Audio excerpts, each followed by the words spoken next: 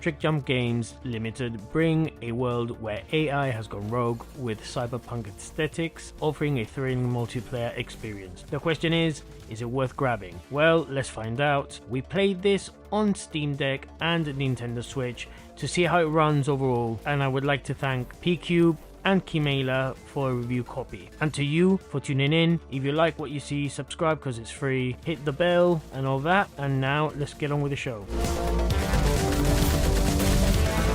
Core, the AI of the Ark space station, is infected with a metavirus. You must traverse the station, defeat its guardians, find Core and reset it. But be warned, every robotic entity on the Ark is against you and will be hunting you down to stop you. This is a third-person roguelike shooter that can be played with 2 other players. There are 2 initial characters to choose from, with the hacker becoming available after finishing the 3rd world. Each one has a specific skill, melee weapon and ability. The soldier is the all-rounder, equipped with a shield and a battle hammer, which is both slow and powerful. The ninja can fade out of sight and slash enemies with his katana. The game offers a variety of weapons and sub-weapons that can significantly alter your playstyle. Enemies will also drop weapons with random stats, and you can check these by standing on top of them. Once players meet certain requirements, they can unlock these and use them at the start of a playthrough. The objective is to defeat enemy waves in different sections of each level and progress to the exit. So essentially you have like mini arenas that you have to clear. There are loot boxes and bonus events to discover throughout the levels as well. The game also features some explosive props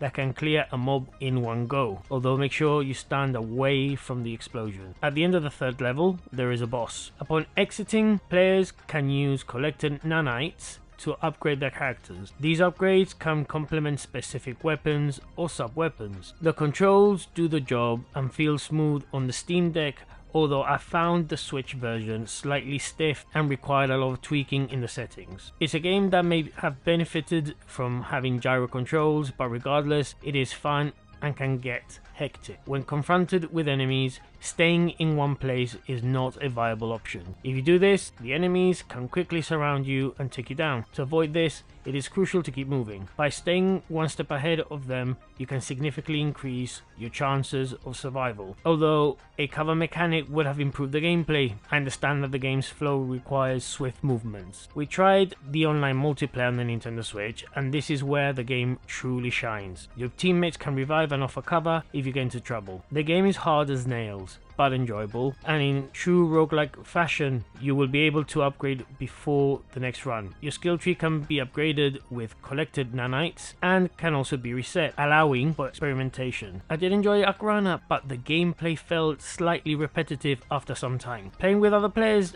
does enhance the enjoyment, but solo players may experience slight deja vu after some time. This is further compounded by having you play 6 levels of each biome rather than having 3 and then moving on to the next scenery. Unlocking the hacker character earlier or having other characters would have enhanced the gameplay slightly. Being able to carry at least 2 guns and swap them out on the fly would have also been a nice touch, especially considering the myriad of firearms that can be found during a run. It's not a bad game, it just lacks some features we expected to see in a third-person shooter. Also, and this is a pet peeve of mine, the ability to do a 180-degree turn would have made the difference with the controls, and an odd choice not to include it, and if it's there, it's not really clearly explained. Again, it's better when played with other people. The game will test the more relentless players out there, and I see many people enjoying the experience if they take it for what it has to offer.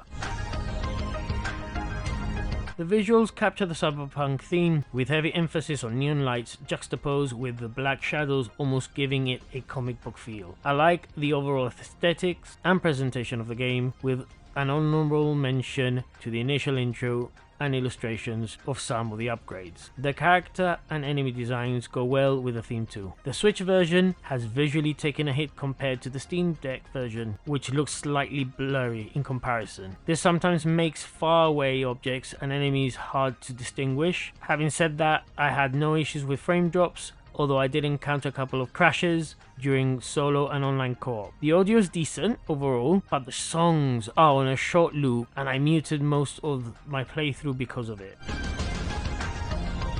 The game can be downloaded for $16.99 or your original equivalent and will require 2 GB to download. I've seen a physical edition for PlayStation 5, but there's a chance it may be available on Switch as well in the future. Arcrunner is full of potential and it will be good to see how the developer builds on the game. The variety of firearms and interchangeable skill trees allows for some interesting builds. This is one of those games that is best enjoyed with others. The single player campaign is pretty tough and can get repetitive, mainly due to the lack of variation in levels and audio. But the game does have a few decent ideas concerning the meta progression and weapon unlock. I just feel that the game has the potential, but some odd decisions separate it from similar games in the genre. I would recommend it during a sale at least, possibly on another platform.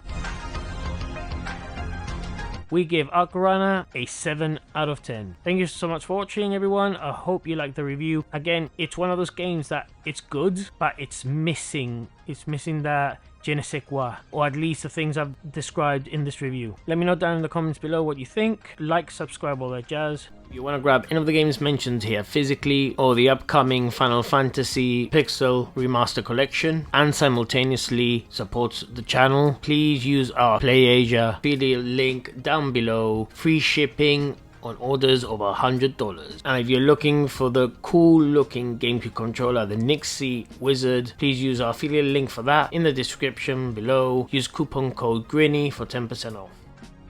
Stay safe, everyone. Peace.